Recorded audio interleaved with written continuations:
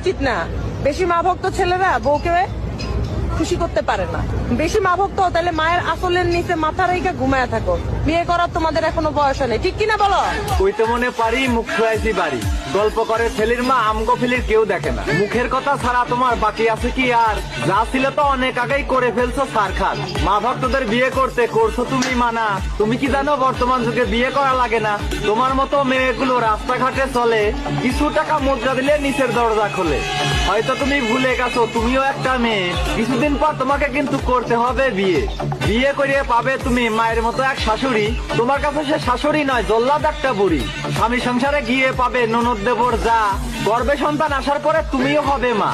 পান থেকে চুন খসে পড়লে সংসার হবে না, যত ভালো তোমার মায়ের শাশুড়ি ভালো না।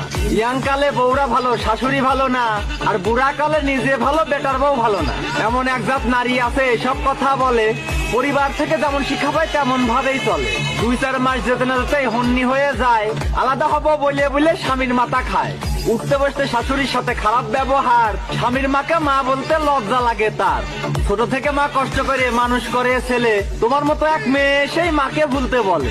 মায়ের ভালোবাসা বউয়ের ভালোবাসা কখনো সমান নয়, দুইজনেরই ভালোবাসা ভিন্ন রকম হয়। 10 মাস 10 দিন ধরে মা গর্বে করে ধারণ, কত মা আছে সন্তান প্রসবে মৃত্যু হবার কারণ।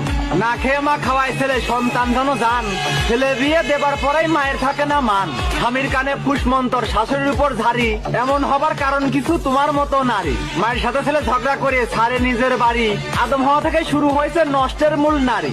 সব ছেলেদের উদ্দেশ্যে মেসেজ দিতে চাই, মায়ের মতো আপন জননী ত্রিভুবনে নাই। নিজের সুখটা বিসর্জন দিয়ে কষ্ট করিয়ে যায়, সন্তানের কোনো ক্ষতি হলো না বেশি আঘাত পায়।